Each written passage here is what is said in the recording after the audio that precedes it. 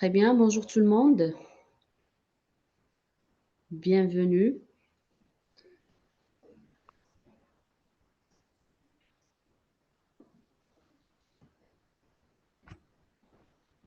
C'est bon, on commence? C'est parti, l'enregistrement est en cours. Parfait. Bon Donc, webinaire. bonjour tout le monde. Bienvenue à ce dernier webinaire de notre cycle RSE pour tous, ou bien la RSE accessible à tous. On finit ce cycle avec un thème très intéressant qui est réalisé son diagnostic RSE, l'identification et identifier et comprendre les enjeux et les attentes de mes parties prenantes. Alors, pour une meilleure visualisation, nous vous conseillons, s'il vous plaît, de suivre les consignes suivantes. Premièrement, nous vous prions de vous renommer. Ceci permet donc de se faire connaissance et d'avoir exactement les noms des participants. Tout au long de la discussion et la présentation des différentes interventions, nous vous prions de garder votre micro et caméra désactivés. Votre caméra, donc, pour des soucis de connexion, et le micro, c'est surtout pour éviter toute nuisance sonore. Et bien sûr, vous pouvez donc poser vos questions, vos réflexions sur la partie chat ou bien discuter. Alors, sans tarder, je passe la parole à notre chère modératrice, Madame Carole Tanque, qui est directrice associée à la société S de service, présidente de W4 CK en Afrique centrale, qui va modérer ce dernier webinaire. À vous la parole, Madame Carole. Bonjour, merci Et beaucoup Hind. Bonjour et bienvenue, chère communauté, chers participants et intervenants. Pour rappel, le webinaire portait sur les structures, pour rappel, le premier webinaire que nous avons eu dans le cadre de ce cycle portait sur les structures, les engagements en matière de RSE et comment les opérationnaliser, tandis que le deuxième webinaire abordait la communication sur la démarche RSE. Le précédent webinaire explorait la RSE comme déclencheur de financement. La RSE regroupe l'ensemble des pratiques qui sont mises en place par les entreprises dans le but de respecter les principes de développement durable, c'est-à-dire être économiquement viable, avoir un impact positif qui est basé sur la société, mais aussi mieux respecter l'environnement. Raison pour laquelle il nous a semblé pertinent de clôturer ce cycle en répondant à une des préoccupations majeures des chefs d'entreprise en Afrique aujourd'hui, à savoir comment réaliser son diagnostic RSE. Et de façon plus spécifique, comme le disait tantôt Hind, il s'agit donc d'identifier et de comprendre les enjeux et les attentes des parties prenantes.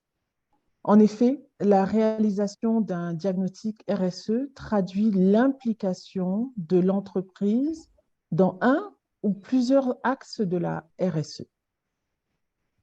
Ainsi, nous aurons le plaisir, au cours de ce webinaire, d'avoir à nos côtés 3 experts qui vont tour à tour nous guider en Afrique centrale et en Afrique de l'Ouest. Mais avant cela, pour bien comprendre les points clés d'une démarche RSE, il est fondamental de comprendre les principes. Pour ce faire, dans un premier temps, afin d'être sur un même niveau d'information, nous allons commencer par les termes clés, les outils et la structuration d'une démarche RSE. Sans plus tarder, nous allons inviter Monsieur Yacoub Bitocho, excusez-moi, pour planter le décor. Chercheur en droit public, affilié au centre Maurice Horiot de l'Université Paris-Cité, en France, M. Bitocho est titulaire d'un DEA en droit public et diplômé en lettres en sciences de langue et communication de l'Université d'Abomey-Calavi au Bénin. Il est depuis avril 2023 membre de la commission recherche du Sénat académique de la faculté Société et Humanité de l'UPC en France. Monsieur Bitocho est également engagé depuis 2023 en qualité d'agent temporaire vacataire au sein de l'Université Paris 8, où il enseigne l'initiation à la communication et à la sociologie aux étudiants du programme PAREO. Membre du conseil scientifique de la revue pluridisciplinaire africaine de l'environnement en France, ses travaux de recherche sont relatifs aux enjeux de gouvernance d'entreprise et RSE, ainsi que l'étude patrimoniale des entreprises publiques, l'actionnariat de l'État. Parallèlement, il est fondateur et manager de l'ONG RSE Bénin. À ce titre, il a été désigné comme membre du comité de rédaction et de la mise en œuvre de la feuille de route de la charte RSE au Bénin. L'engagement associatif de M. Bitocho l'amène à cofonder la plateforme de conseil des organisations écologiques Afrique-Europe, où il est directeur exécutif. Monsieur Bitocho, vous avez la parole. Merci, Madame Carotanque, pour, euh, pour la présentation de ma biographie. Et sans plus tarder, et avant tout propos, je me dois d'abord de remercier les organisateurs de ce webinaire à, à double titre. D'abord, en tant que membre d'organisation de l'équipe de ce webinaire et en second titre, en tant que intervenant sur la thématique, notamment sur les aspects outils et normes. Donc, pour commencer, nous allons d'abord voir les différentes notions qu'il faut d'abord le plan. Le plan de ma structuration, c'est faire un rappel des notions. Je vais pas trop m'attarder un peu sur ces notions-là parce que c'est des notions classiques qui sont contenues sans rentrer dans les débats de doctrine et de jurisprudence, mais plutôt les notions les plus classiques possibles pour faire comprendre un peu le travail qu'on est censé à partager avec la communauté. Et ensuite, rappeler un peu l'objet de mon intervention. Voir dans un troisième point, voir un peu les différents éclairages des enjeux, parce qu'il y a plusieurs enjeux quand même qui méritent qu'on rappelle dans le cadre de notre intervention. Ensuite, poser maintenant le problème. Et en dernière partie, présenter maintenant les outils qu'on peut mobiliser pour pouvoir faire une démarche RSE. C'est-à-dire quelle est la méthodologie ou quelle est la méthode appropriée.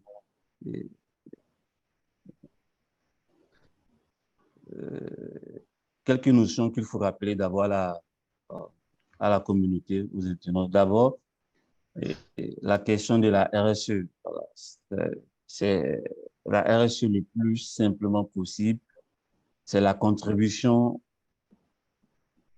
au développement durable des entreprises. Comment ces entreprises pourront contribuer aux enjeux du développement durable. Autant les personnes physiques contribuent, mais autant également les entreprises sont amenées à contribuer à ça. Et lorsqu'elles contribuent à ça, on dit classiquement, on appelle ça classiquement la RSE. Sinon, autrement dit, c'est les ODD. Lorsque d'autres organisations contribuent à cela, telles que les pouvoirs étatiques, mais tels que les OSC. Deuxième des choses, c'est un diagnostic. Le diagnostic, on peut dire, c'est la démarche, en fait. C'est c'est le cheminement, c'est la mise en place d'une stratégie ou d'une conduite afin d'évaluer les questions environnementales, les questions sociétales, les questions de gouvernance et qui pourrait prendre, pas qui pourrait prendre, mais qui prenant en compte l'ISO 26000. Les parties prenantes, c'est d'abord c'est des individus qui représentent l'écosystème. L'écosystème, c'est notre environnement qui participe ou qui pourrait participer aux activités de l'entreprise ou de l'association ou d'un organisme pour pouvoir donner un sens le plus classique possible. La matrice de matérialité, c'est un outil qui permet d'identifier d'abord et de mettre en place une hiérarchie des besoins et prenant en compte les enjeux de développement durable. C'est-à-dire, l'entreprise elle-même, elle a ses besoins. Les parties prenantes ont également leurs besoins. Donc, comment concilier ces deux-là afin de répondre aux enjeux du développement durable? Donc, le plus simplement, parce que nous sommes plus comprendre la matrice de matérialité. Maintenant, pouvoir faire une analyse maintenant, c'est comment maintenant les identifier auprès de l'entreprise ou de l'association et comment également les identifier auprès des parties prenantes et les hiérarchiser en tenant compte des besoins de l'entreprise et des parties prenantes afin de pouvoir répondre aux enjeux du développement durable et ce qui nous permettra de mettre en place une bonne démarche RSE, ce qui nous permettra également de mettre en place des projets qui pourront répondre aux populations locales, aux parties prenantes. L'objet de notre communication, c'est d'abord amener ceux qui nous écoutent à comprendre comment concilier les enjeux de l'entreprise et contributions aux attentes des parties prenantes. L'autre objet de notre intervention, c'est également faire connaître comment opérationnaliser l'opérationnalisation de la RSE selon la norme ISO 26000. Et autre objet encore de notre réflexion, de notre contribution, c'est pour des managers d'une structure, comment être en capacité de comprendre et de définir les priorités ou les hiérarchisations des enjeux. Les enjeux ici, il faut les comprendre comme des besoins des entreprises et des parties prenantes. Et autre objectif de notre contribution, c'est également comprendre les outils participatifs et de dialogue avec les parties prenantes. Parce que celui qui souhaiterait, ou l'organisation ou le manager RSE dans une entreprise qui veut aller vers les OSC ou vers un organisme, vers une entreprise, doit connaître en amont les outils participatifs afin de recueillir les informations idoines et savoir également comment faire le dialogue avec ces différentes parties prenantes-là.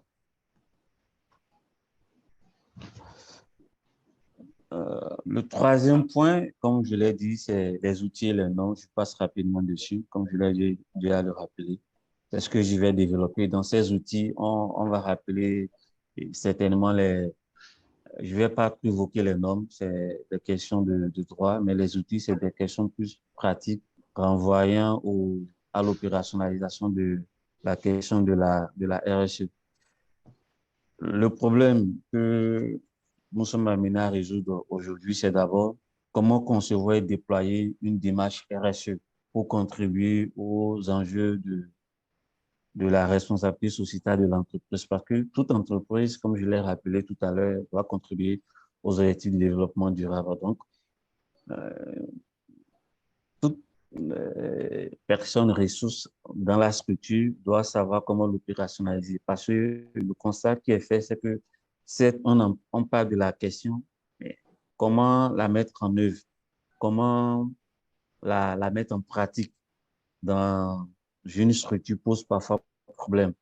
Et moi, je me ferai le devoir de donner quelques outils dans ce sens-là. Donc, les questions qu'on pourrait se poser afin de résoudre cette problématique. La première question, c'est d'abord comment détecter les attentes et gérer les relations avec les différentes parties prenantes au développement de l'entreprise. Qui parle d'entreprise parle absolument de, des activités que nous menons, de l'influence que nous exerçons sur ceux qui sont dans notre écosystème. Et comment arriver à pouvoir identifier leurs besoins, leurs attentes et comment créer maintenant cette synergie, cette relation-là avec maintenant ces différentes parties prenantes-là. Les parties prenantes, nous allons voir de manière pratique et quels sont les, comment identifier exactement ces différentes parties prenantes-là. On vient maintenant sur les outils du diagnostic RSE. Dans ces outils, nous allons voir 4. D'abord, les outils mobilisables pour réaliser un diagnostic RSE. Ensuite, les outils mobilisables pour identifier des parties prenantes, ceux qui sont aux alentours de notre écosystème. Et ensuite, les outils mobilisables pour identifier les besoins spécifiques de ces parties prenantes. Parce que si on les identifie, la partie prenante, il faut également identifier les besoins. Je prends un exemple terre à terre et je suis au Bénin, je suis dans la ville de Cotonou. Certes, j'ai identifié sur les, les entreprises ou des, des associations avec lesquelles je travaille. Ce sont mes parties prenantes, mais ces associations-là, quels sont réellement leurs besoins? Si je dois travailler avec ces OSC ou ces entreprises-là.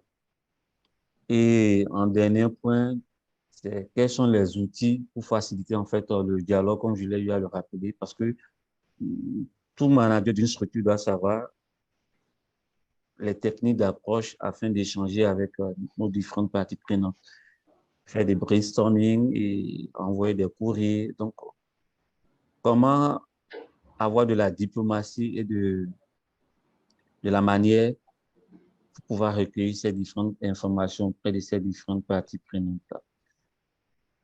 Le premier outil que nous allons aborder, c'est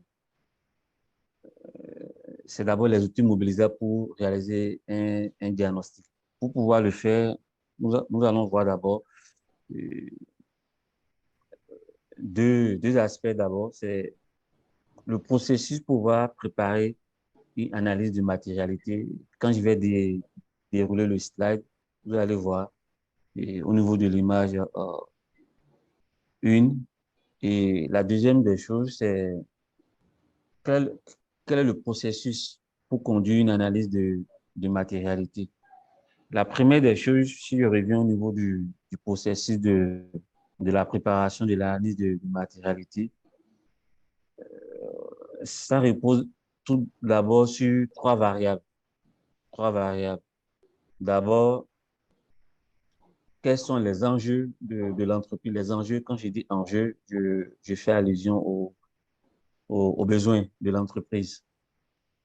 Et ensuite, quels sont également les besoins de ces parties prenantes-là. Mais pour mieux comprendre le processus, la démarche, au niveau de l'image 1, nous allons voir ça là parce qu'on fait d'abord un cadran et sur le cadran, on fait l'axe des ordonnées et l'axe des abscisses. Et dans l'axe des ordonnées, on représente les besoins des parties prenantes. Ça peut être l'un ou l'autre. Et dans l'axe des ordonnées, on met les besoins de l'entreprise. Et ensuite, on fait un croisement de ces besoins. On va voir ça dans dans la slide qui va suivre. Donc, deuxième élément qu'il faut encore calibrer, c'est les trois variables autour des enjeux pertinents pour le marché de l'entreprise, parce que l'entreprise évolue dans une sphère, et dans cette sphère-là, il y a absolument les besoins du marché. Ils sont des besoins environnementaux, les besoins sociétaux, les besoins économiques et les questions de gouvernance. Donc, l'entreprise va regarder au niveau de ces quatre paramètres, à ces quatre besoins que nous avons listés là. Et quels sont les besoins les plus pertinents sur la sphère dans laquelle nous travaillons? Je reviens un peu dans le cas du Bénin, qui est mon pays.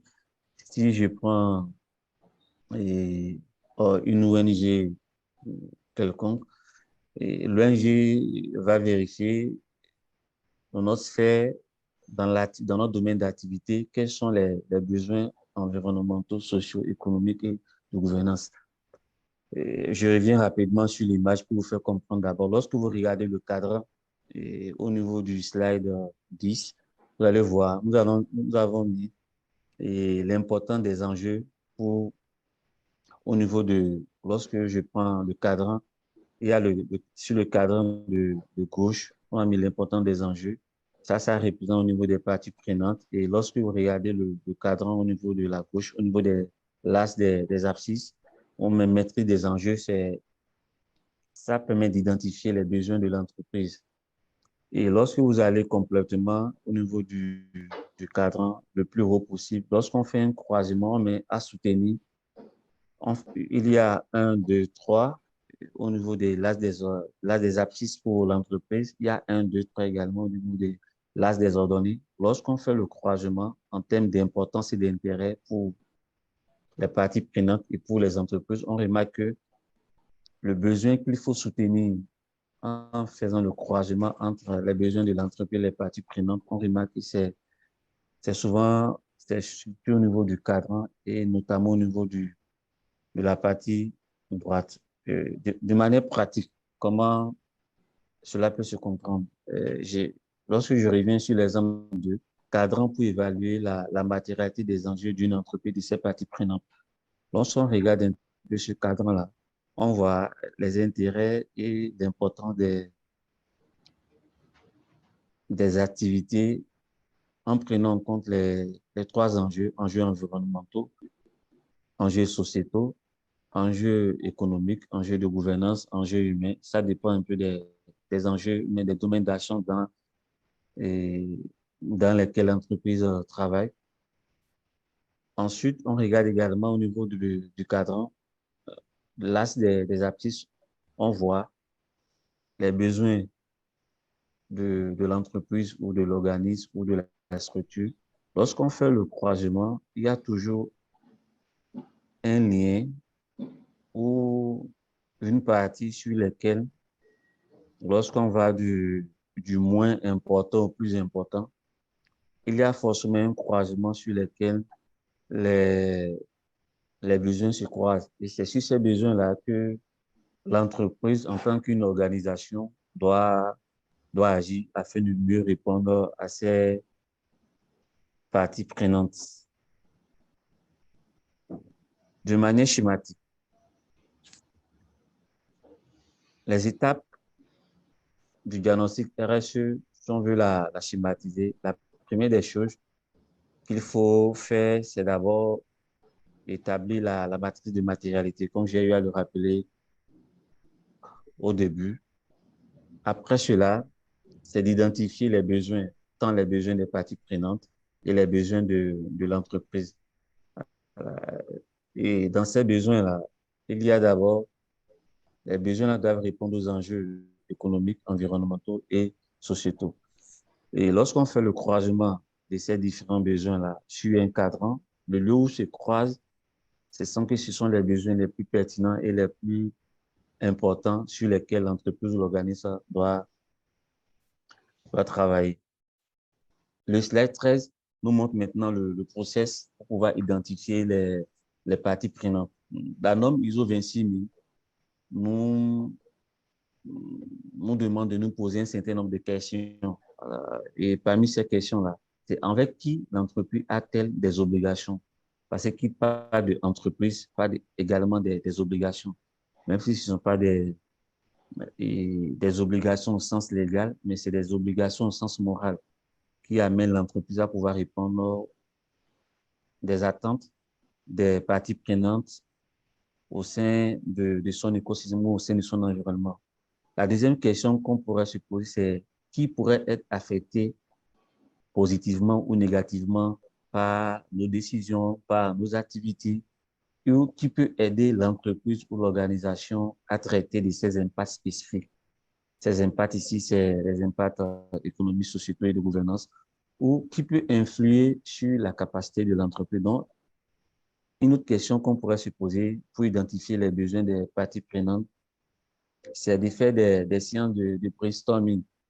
Et ces séances de brainstorming-là nous permettent, avec les parties prenantes, avec les, les structures avec l'entreprise travaille, de recueillir auprès de ces différentes structures-là quels sont réellement les besoins. On peut le faire également par des entretiens.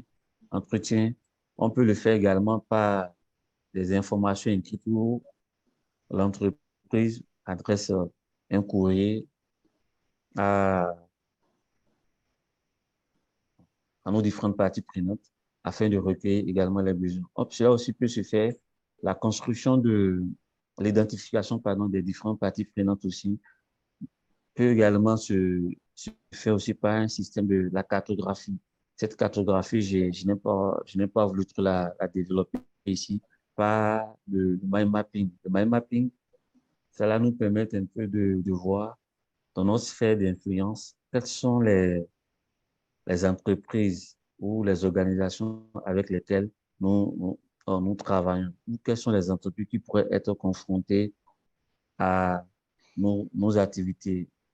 De manière classique, voici le schéma. C'est un schéma que j'ai pris sur la toile qui montre un peu les différentes parties prenantes.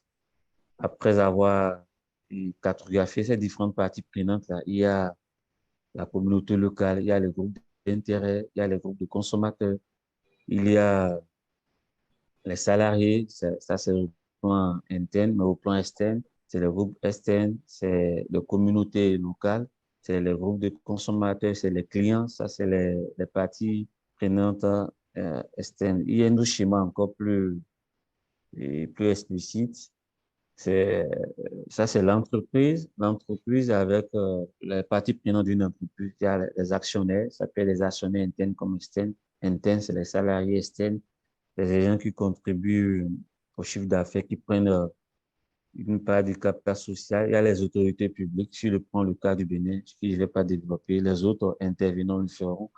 Et il y a le ministère qui peut constituer l'une des parties prenantes d'une entreprise parce que elle a des intérêts à travailler avec ces autorités publiques. Et également les ONG. Je vais rapidement au niveau de la slide 16.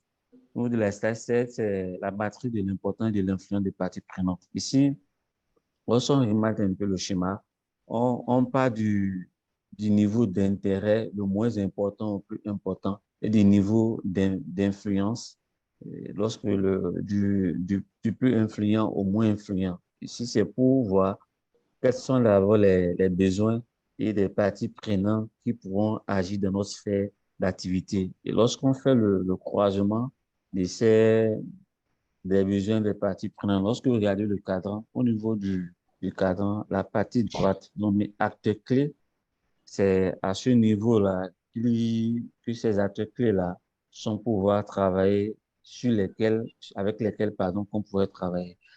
Outils pour identifier les enjeux.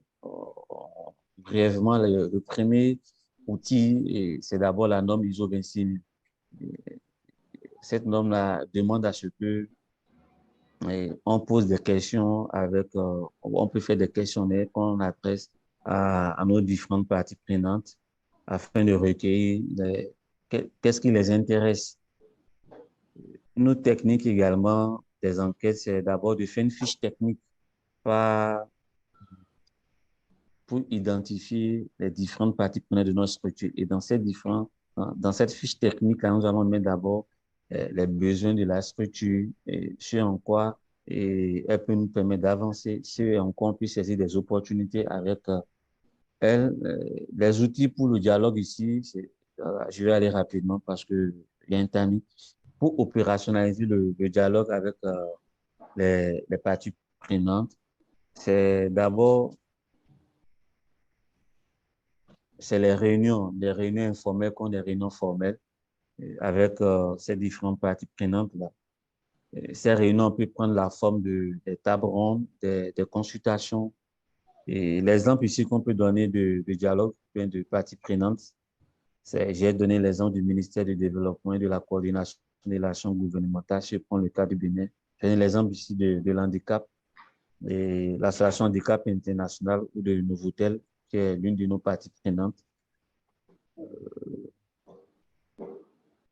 Après cela, en termes de conclusion, parce que nous allons revenir sur le développement dans les différentes questions, en termes de conclusion, il faut dire que la démarche RSE implique l'identification et la prise en compte des enjeux des parties prenantes. Les enjeux, il faut voir les besoins et l'identification de ces besoins-là va améliorer les relations avec ces parties prenantes-là afin de mieux opérationnaliser le développement durable des Nations Unies. Voici de manière brève et en grosso modo ma contribution surtout au niveau des outils et des normes sur cette thématique. Donc, je vous remercie. Puis je remets la parole à Madame Caro donc, pour la suite des autres intervenants. Merci beaucoup.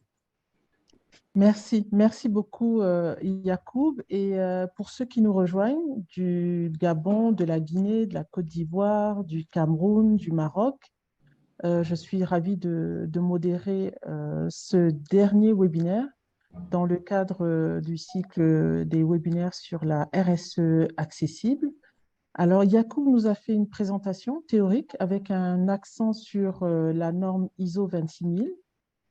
Il a mis en lumière les enjeux essentiels, à savoir l'identification des responsabilités et l'identification des parties prenantes, ainsi que les dialogues, avec des exemples très précis de parties prenantes. Et il est important de retenir que l'essentiel de cette démarche tourne autour de ces principes-là. Et nous pouvons aussi retenir que le diagnostic est fait en 4 étapes, selon le schéma qui a été expliqué par Yacoub. L'essentiel des axes de la RSE concerne des pratiques qui sont internationales et relatives à la norme ISO 26000, et laquelle énonce des lignes directrices reposant sur 7 principes et 7 questions centrales qui forment la base de la mise en œuvre opérationnelle de la RSE, comme Yacoub nous a présenté. N'hésitez pas à poser des questions dans la boîte à dialogue, ça permet d'animer le débat et